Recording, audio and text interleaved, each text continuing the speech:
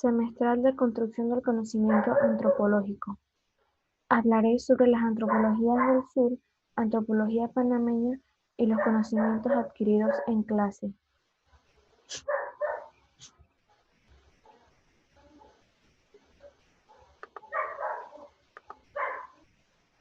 Introducción. Si la arqueología trata de crear un conocimiento novedoso desde el estudio de los restos materiales de las sociedades pasadas, la arqueología publica, estudia todas las relaciones entre dicha arqueología y las sociedades contemporáneas, con el ánimo de mejorar la coexistencia entre ambos y lograr un entendimiento generalizado del valor y el uso de la antropología. Mi experiencia en la materia. Hablamos sobre los posicionamientos epistemológicos y teórico-metodológicos, que conlleva consecuencias de orden político.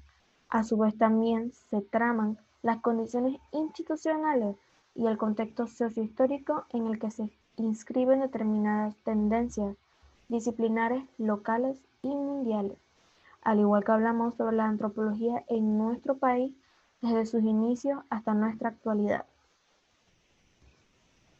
La antropología del sur.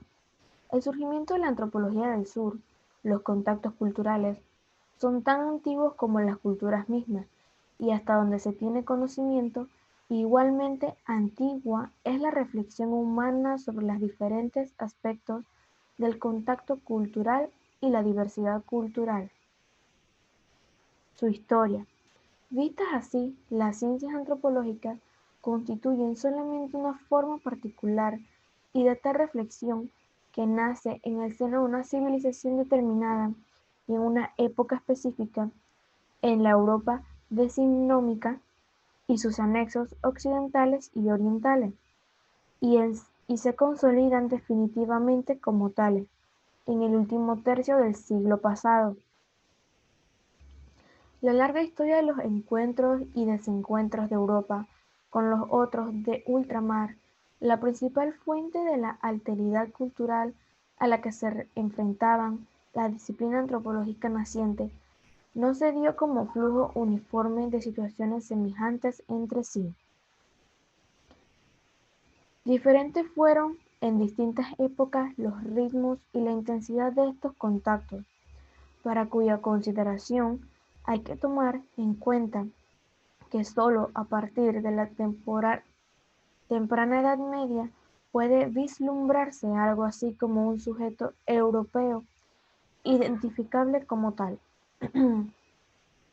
Hubo coyunturas que marcaron más que otras en esta historia, y muchos antropólogos concuerdan en que una de las situaciones estelares fue originada por la llegada de los europeos a América.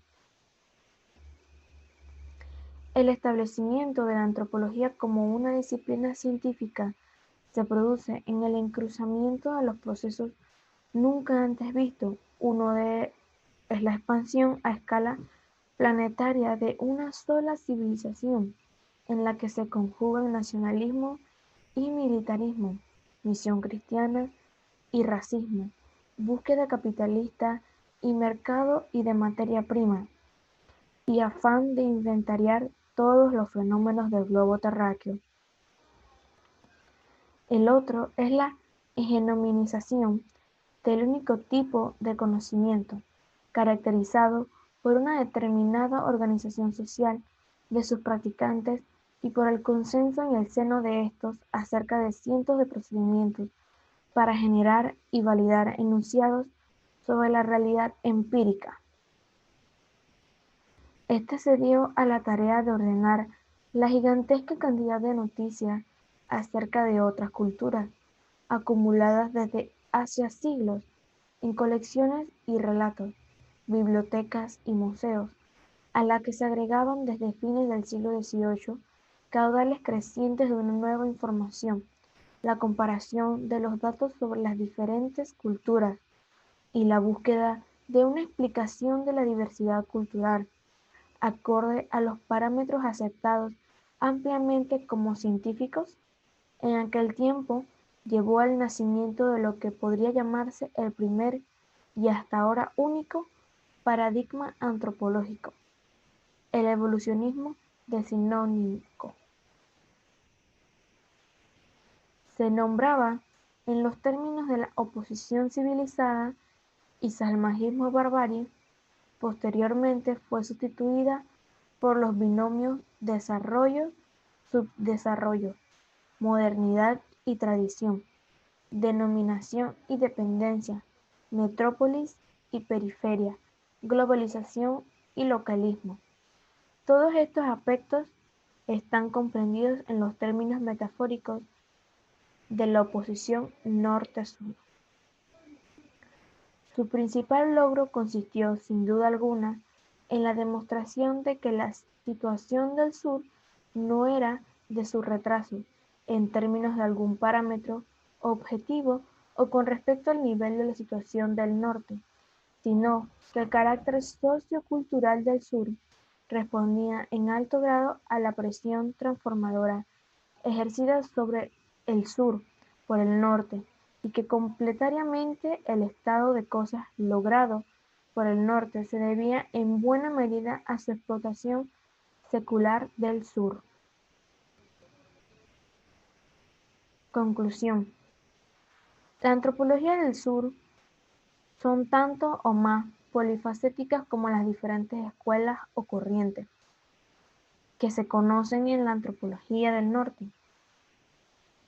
Pero al igual que esta última, comparten determinadas características, estas distintas de ser claras aún, pero naturalmente que ver con la claridad de haber sido objeto tradicional de la antropología original, y con la división más profunda del mundo actual en dos esferas actualmente contrapuestas, el norte y el sur. El estudio de las antropologías del sur apenas ha sido iniciado. La antropología panameña. Sus antecedentes. Si tuviéramos que hablar de una escuela de antropología nacional en Panamá y en el sentido tradicional, habría que admitir que no existen. En realidad, los estudios sobre el hombre, la cultura, comportamiento y relación bioambiental comienzan ahora a realizarse científicamente. No es posible señalar una tradición antropológica panameña que presente una orientación hacia alguna de las escuelas tradicionales, tales como el evolucionismo cultural, difusionismo, funcionalismo, escuela histórico-cultural, cultura y la personalidad, etc. Porque la antropología nacional, realizada por panameños, no tiene más de 2 décadas de existencia. En Panamá se destaca la antropóloga Reina Torres de Araúz.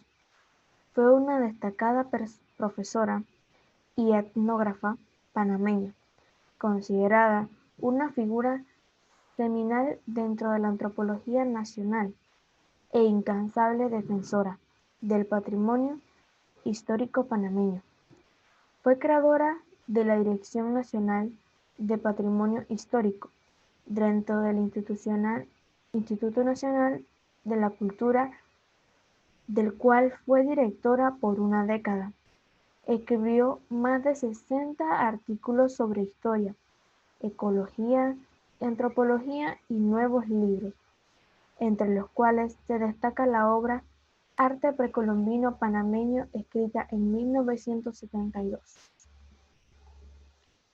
Reina Torres de Araúz se concentró en el estudio de las características de los pueblos indígenas panameños en su propio ambiente mediante visitas de campo en selvas y serranías de Panamá, en un trabajo teórico y de investigación documental que le permitió realizar un registro escrito y fotográfico detallado de la idiosincrasia, creencias religiosas, juegos deportivos, bailes, cantos y músicas de estos pueblos. El rescate ideológico del indígena panameño se convierte en una de sus principales luchas a lo largo de su vida profesional. Pocos lo saben, pero Panamá oculta un gran tesoro. Entre los objetos de un hallazgo que fue descubierto hace casi una década hay pectorales de oro, brazaletes, pendientes, piezas de cerámica y piedras obtenidas de tumbas antiguas. Pero este país, que presume rascacielos, obras de infraestructura multimillonarias y la construcción del primer metro en Centroamérica, carece de un museo para mostrar al público sus mayores descubrimientos arqueológicos.